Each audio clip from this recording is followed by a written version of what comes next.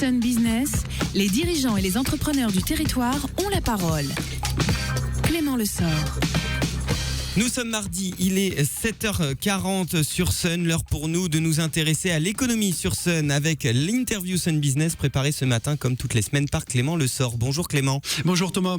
Aujourd'hui, on s'intéresse à l'un des établissements d'enseignement supérieur les plus réputés de la ville de Nantes. On parle d'Audencia aujourd'hui. En effet, mardi 23 février, je reçois ce matin pour ce nouveau numéro de Sun Business Christophe Germain. Bonjour et merci d'avoir accepté mon invitation.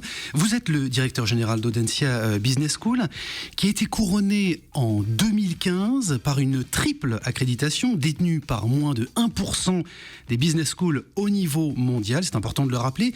Quelle qualité, quelle originalité ces accréditations récompensent-elles ? Alors, il est important de souligner que les accréditations qui sont soit anglo-saxonnes du côté des États-Unis, soit anglo-saxonnes mais plutôt du côté européen, récompensent ou valident la qualité d'une business school sous ses différents aspects, à la fois sur le plan académique, sur le plan de la recherche, sur le plan de la qualité des étudiants, des partenariats avec les entreprises et de la dimension internationale. Donc cela touche un certain nombre de dimensions qui font partie aujourd'hui des critères que regardent les accréditations. Qu'est-ce que cela suppose, Christophe Germain, pour la notoriété de l'école ? Quels sont les enjeux ? Alors c'est quelque chose qui est capital dans la mesure où le fait d'avoir aujourd'hui ces accréditations constitue une sorte de passeport pour l'international. Dès lors que vous les avez, dès lors que vous les possédez, il est beaucoup plus aisé, par exemple, de développer des partenariats à l'international dans la mesure où vos interlocuteurs savent que vous êtes une école de très bonne qualité. Alors, Audencia Business School, vous venez d'annoncer un nouveau plan stratégique pour les 5 prochaines années. Vous êtes ce matin avec nous pour en parler. Ça s'appelle Audencia 2020. Ce plan a été élaboré via un processus original unique parmi les business schools, celui d'une démarche partagée. Quels ont été les acteurs impliqués dans cette démarche de concertation? Quelles ont été les étapes de ce processus, en quelques mots? Alors effectivement, le plan stratégique qui a été élaboré et qui a été lancé en début d'année a été le résultat d'un processus de co-création dans lequel ont été associés l'ensemble des parties prenantes de l'école. Les parties prenantes, ce sont tous les acteurs qui sont proches de l'école, des étudiants, en passant par les entreprises, les diplômés, les salariés, les professeurs, les journalistes. 28 000 personnes ont eu la possibilité de s'exprimer dans le cadre de la consultation sur ce plan.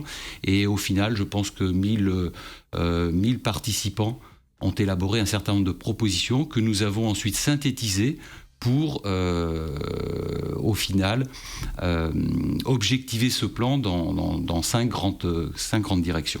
Cette dimension internationale, on va aussi en parler avec vous. À l'ère de la globalisation, je ne vous apprends rien, l'enjeu d'Audencia est clairement celui du rayonnement à l'international. Quels sont les dispositifs envisagés par l'école pour exister à l'étranger ? Alors effectivement, vous avez raison de le souligner, aujourd'hui, l'école se veut être une école globale. Cela signifie que nous devons être en mesure de dispenser notre savoir-faire, que ce soit en enseignement, en recherche, en partenariat avec les entreprises, partout là où nous serons demain dans le monde. C'est le cas depuis 1 an en Chine, mais nous envisageons dans les 5 prochaines années d'ouvrir de nouveaux campus de façon à nous adresser aux marchés locaux des pays dans lesquels nous serons implantés, sachant que les partenariats, les campus que nous allons créer seront développés de façon conjointe avec une institution locale. Nous ne créons pas des campus ex nihilo pour y envoyer nos étudiants, mais nous préférons développer un partenariat local qui nous permet de toucher le marché local. Alors la Chine, vous l'avez évoqué, d'autres territoires, qu'est-ce que ça veut dire là, très concrètement sur d'autres continents ? Alors, nous avons le second campus devrait voir le jour en Afrique subsaharienne, puisque nous avons des premiers contacts relativement à ce projet. Et puis ensuite, le troisième campus pourrait être, parce que là encore, nous entretenons des partenariats significatifs avec un certain nombre d'institutions en Amérique du Sud. Expertise, Christophe Germain, stratégie de différenciation dans un contexte, on l'a rappelé, de compétition au niveau mondial pour la formation des nouveaux talents, puisque c'est ce qui vous concerne. Quelle originalité porte Audencia sur cette scène internationale ? Autrement dit, avec quels arguments, quelles armes l'école compte-t-elle se démarquer de la concurrence ? Alors, notre principal facteur de différenciation aujourd'hui, que ce soit au plan national ou au plan international, c'est notre alliance. Puisque nous avons développé un partenariat avec l'École centrale de Nantes et l'École d'architecture. Ce partenariat a pris la forme d'une alliance et nous croyons énormément à l'hybridation des compétences et au fait que demain, les métiers du futur seront au carrefour des domaines de l'ingénierie, de l'architecture et du management. C'est la raison pour laquelle nous avons développé des programmes en commun. Nous avons désormais un laboratoire de recherche également en commun. Nous allons lancer un observatoire des métiers du futur et une chaire autour des politiques de la ville. Et tout ça dans le cadre de notre alliance avec l'École centrale et l'École d'architecture de Nantes.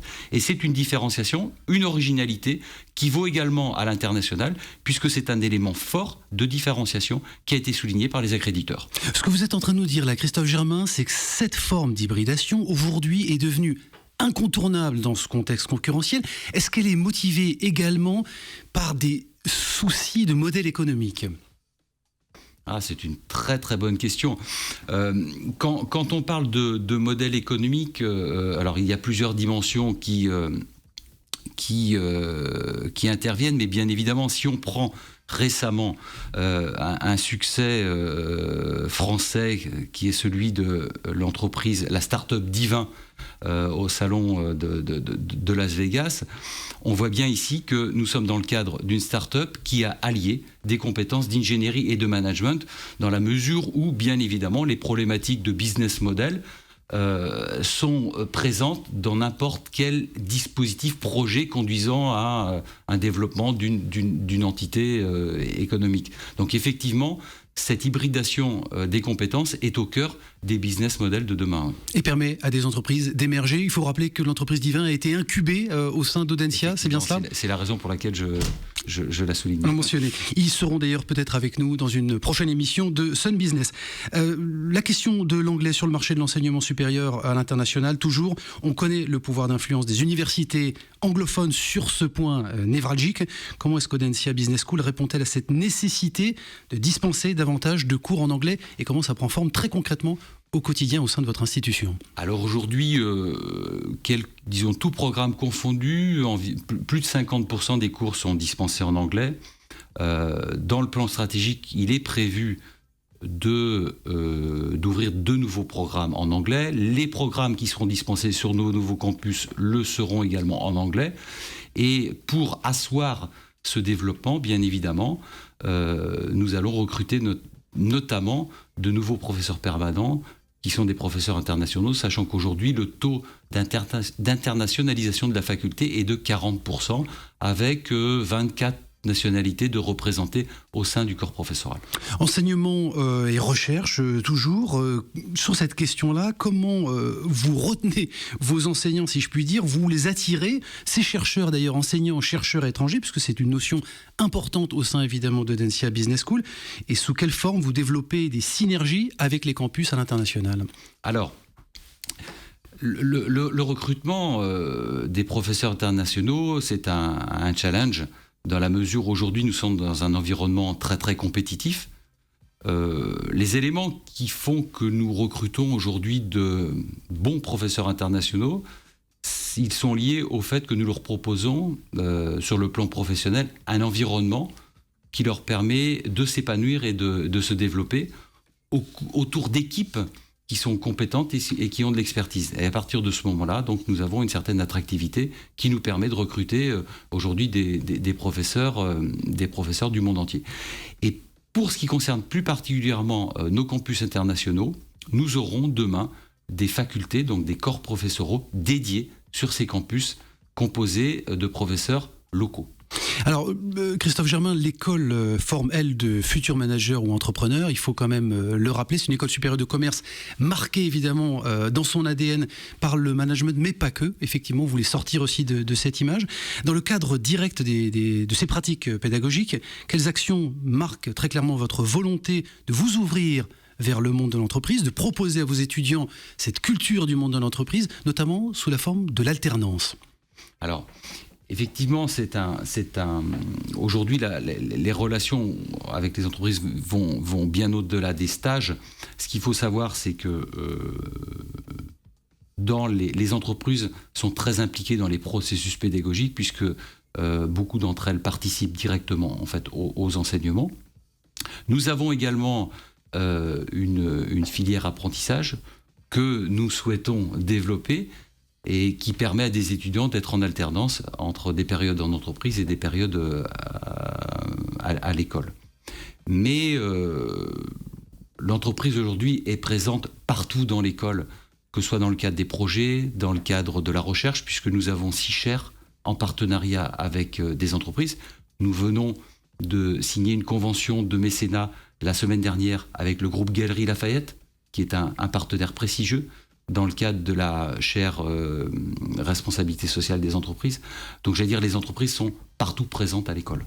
Alors je vais vous citer, Christophe Germain. Audencia s'engage à former de futurs managers responsables, attentifs à donner du sens à leurs décisions et à leurs actions. Concrètement, ils doivent ressembler, ça sera sans doute ma dernière question, ils doivent ressembler à quoi ces futurs managers du XXIe siècle dans 5 ans, dans 6 ans, cette nouvelle génération sans doute plus sensible, vous l'avez déjà évoqué, à ces questions de RSE, à ces questions de qualité, de conditions de travail. Quel est leur profil, la future? Comment vous les formez? À quoi vous les formez? Disons, d'une façon générale, les étudiants sont formés à l'ensemble des disciplines de la gestion et du management, mais je crois, et vous l'avez raison de le souligner, ce qui est important demain, et c'est la raison pour laquelle nous intégrons également ce que nous appelons des enseignements relatifs aux humanités dans les cours, mais c'est former des étudiants qui demain seront amenés à prendre des responsabilités, dans le cadre de responsabilités des décisions, tout en tenant compte des conséquences, des enjeux et de l'impact de décision à moyen et long terme. Je pense que c'est ça, le fait d'être un manager responsable. Manager responsable, Christophe Germain, merci d'être avec nous, d'avoir été avec nous ce matin dans ce numéro de Sun Business. Alors j'en profite très rapidement pour vous annoncer mon invité de la semaine prochaine. Il s'agit de Benoît Van Ossel. Il est PDG des Coteaux nantais. Je vous emmènerai effectivement aux portes de Nantes, cette voilà. Industrie de maraîchage bio. Voilà. Et notre invité a choisi, comme chaque semaine, une playlist, certains morceaux qu'on va découvrir dans quelques minutes. Ce sera plutôt entre 8h15 et 8h30, comme ça vous serez certainement sur la route et vous aurez l'occasion de les écouter à la radio. On a notamment Bruce Springsteen, U2, Bernard Lavilliers qui ont été sélectionnés. On vous en remercie. C'est très aimable à vous de participer à la playlist de Sun ce matin et l'occasion de rappeler donc que le service My Sun Business est disponible gratuitement pour toutes les entreprises qui le souhaitent. Merci Clément. Passez une très bonne journée à vous tous les deux. Merci d'être venus pour ce nouveau rendez-vous de My Sun Business qui est à retrouver en vidéocast sur YouTube et Dailymotion. Vous pourrez également réécouter cette chronique sur le site internet de la radio à la rubrique Sun Replay. Prochain rendez-vous My Sun Business, Clément l'a dit, c'est mardi prochain, 7h40 dans le 7-9.